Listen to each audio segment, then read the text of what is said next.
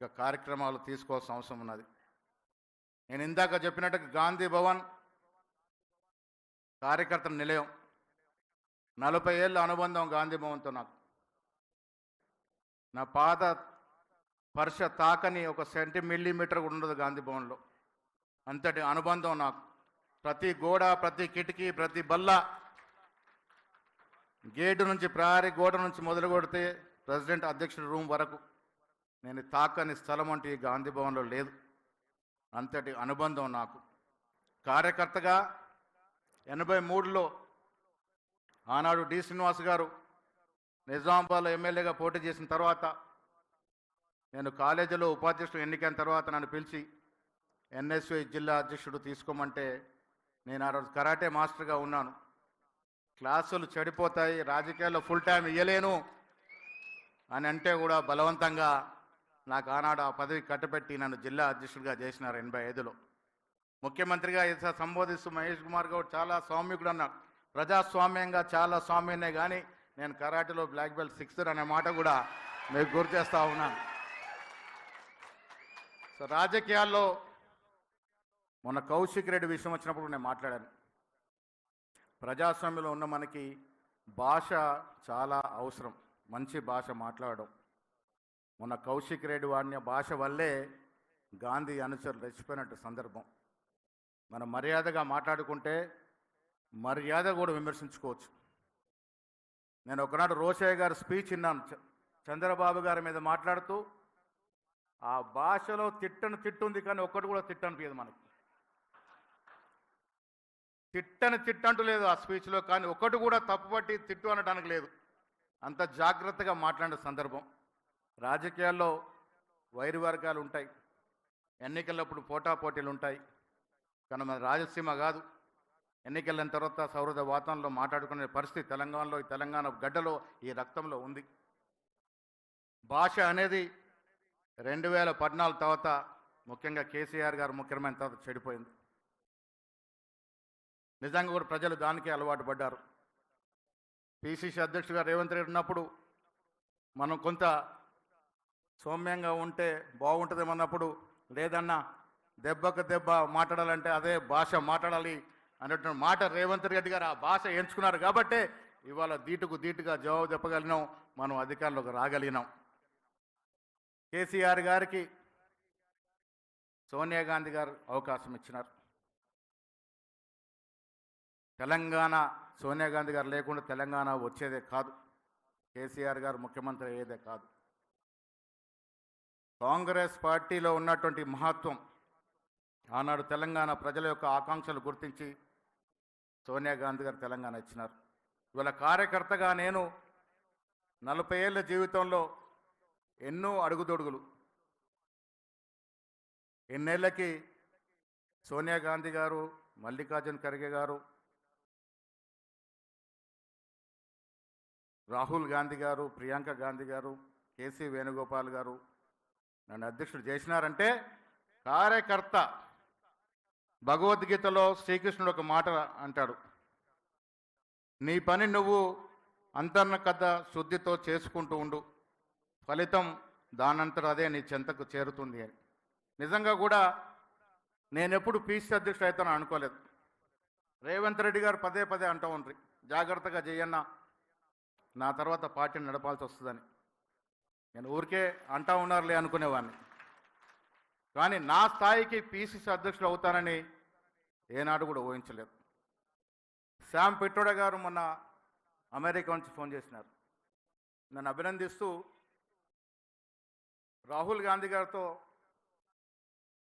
ఆయనకు సాన్నిహిత్యంలో 1 గంట సేపు మాట్లాడుకుంటున్నప్పుడు, పీసీసీ విషయంలో you have taken a right decision, you have appointed A young energetic hard working guy. Petrodaji, I didn't understand when whole of Congress party in Telangana suggested that name. I was wondering who is this man ani. Finally when I called him and met him, I have seen him, oh he is the man who's been working at all levels ani. But oka మాట అన్నాడట, he is having a long big profile. NSU జిల్లా అధ్యక్షుడు 85లో working president. ఇప్పుడు 40 ఏళ్ళ సుదీర్ఘ రాజకీయ చరిత్రన్నప్పుడు where was he for all this years? He was not in the main frame. అసలు ఇన్ని సంవత్సరాలు ఎక్కడున్నాడు, మెయిన్ ఫ్రేమ్లో ఎందుకు లేడు అని అదొక చరిత్ర. నేను ఎందుకు మెయిన్ ఫ్రేమ్ రాలేకపోయాను, ఎందుకు నా రాజకీయం తప్పుదారి పట్టించబడింది అన్నది ఒక పెద్ద చరిత్ర. కానీ కాంగ్రెస్ పార్టీలో గొప్పతనం శ్రీకృష్ణ మాతుడు భగవద్గీతలో చెప్పినట్టుగా మనం చేసుకుంటూ పోతే ఏదో ఒక రోజు తలుపు మనం తడుతుంది. చేసే పనిలో కూడా చిత్తశుద్ధి ఉండాలి, చేసే పనిలో క్వాలిటీ ఉండాలి, చేసే పని ఓపికతో చేయాలి. అందుకే ఆనాడు ఉత్తమ్ కుమార్ రెడ్డి అయినా ఇవాళ రేవంత్ రెడ్డి గారైనా మనస్ఫూర్తిగా మనకు నమ్మి అవకాశం ఇచ్చారు. రాజకీయాల్లో గుర్తుపెట్టుకోండి, ఎవరు ఒప్పుకున్న ఒక్కొక్కపైన మనం ఎంత పనిమంతలమైనా, ఎంత పని చేద్దాం అనుకున్నా చేసే అవకాశం ఇచ్చేవాడు కూడా ఉండాలి. ఆ అవకాశం వస్తేనే మనము మన యొక్క పనితనాన్ని నిరూపించుకునే అవకాశం దొరుకుద్ది. అలా ఉత్తమ్ కుమార్ రెడ్డి ఆనాడు కానీ ఇవాళ రేవంత్ రెడ్డి గారు కానీ మనస్ఫూర్తిగా అవకాశం ఇచ్చినారు కాబట్టే, ఆ వెసులుబాటు ఇచ్చినారు కాబట్టే మనం మన పని చక్కగా చేసుకుంటూ పోగలిగినాం, మీ అందరికి కూడా దగ్గర కాగలిగినాం. ఎన్ఎస్యుఐలో నేనాడు ఇవాళ సుధాకర్ రెడ్డి గారు, మా పొంగులేటి గారి కజిన్, రాష్ట్ర అధ్యక్షుడిగా ఉన్నారు.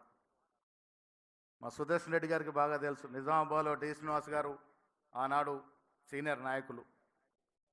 ఎన్ఎస్యు అధ్యక్షుడు అయిన తర్వాత రాష్ట్ర అధ్యక్షుడి విషయంలో కూడా తర్జన భర్జన తర్వాత ఆనాడు రాజీవ్ గాంధీ గారు 1990లో నన్ను పిలిచి, ఆనాడు డిపి రాయ్ గారు, మా తాయర్ గారికి బాగా తెలుసు, వెస్ట్ బెంగాల్లో డిపి రాయ్ గారు ఏ సెక్రటరీగా ఉన్నారు. ఈయన ఒక పెద్ద ఫ్యామిలీకి వెళ్ళి వచ్చాడు, కష్టపడతాడు, చదువుకున్నాడు అని అంటే రాజీవ్ గాంధీ గారు కూడా ఆ రోజు ఒక 20 నిమిషాలు ఇంటర్వ్యూ చేసి మనీష్ తివారీ గారు, రమేష్ చెంతల గారు వచ్చి చెప్తే అప్పుడు నన్ను ఎన్ఎస్యూ స్టేట్ ప్రెసిడెంట్గా చేయడం జరిగింది. చాలా ఏళ్ళు ఎన్ఎస్యూగా ఉండే అవకాశం వచ్చిన తర్వాత యువజన కాంగ్రెస్లో, పీసీసీలో పార్టీ నాకు చాలా అవకాశాలు ఇచ్చింది, అంతే అనుమానం లేదు. 94లో నా వయసు 27 సంవత్సరాలు. ఎమ్మెల్యేకు పోటీ చేసే అవకాశం పివి నరసింహారావు గారు పిలిచి ఇచ్చినారు. ఆనాడు పార్టీని కాపాడిన 4 ఎంపీల్లో గంగారెడ్డి గారు ఒకరు. ఆయన కొడుకు సీట్ అడిగితే కూడా పక్కన పెట్టి నన్ను పిలిచి విజయభాస్కర్తో మాల్చి 94లో ఒక అసెంబ్లీ సీట్ ఇచ్చినారు. నిజంగా కూడా ఆనాడు నాకు డిచ్పల్లి నియోజకవర్గంలో ఎల్లలు కూడా తెలియదు, బౌండరీలు కూడా తెలియదు. అలాంటి అవకాశం అంత చిన్న వయసులో వచ్చింది. మళ్ళీ 14లో వస్తే ఓసీ పుణ్యం అంటూ పోయింది. 2013లో కిరణ్ కుమార్ రెడ్డి గారు వేర్ హౌసింగ్ కార్పొరేషన్ చైర్మన్గా అవకాశం ఇచ్చినారు. 14 తర్వాత పీసీలో పనిచేసుకుంటూ వచ్చినాం. రాజకీయాల్లో అనేది ఒక సామెత ఉంది, మా పొన్నం ప్రభాకర్ గారు బాగా చెప్తారు. అది 99% కష్టపడే అలవాటు తెలిసి పనితీరున్నా 1% అదృష్టం అనేది తాతివ్వాలి. అది ఇచ్చినప్పుడే ఏదైనా వస్తుంది, లేకుంటే నోటి దాకా వచ్చి పోతుంది.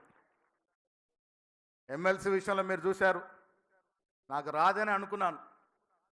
మా దుర్గామాత ఇక్కడ కూర్చున్నారు, దీపాదాస్ మున్షి గారు.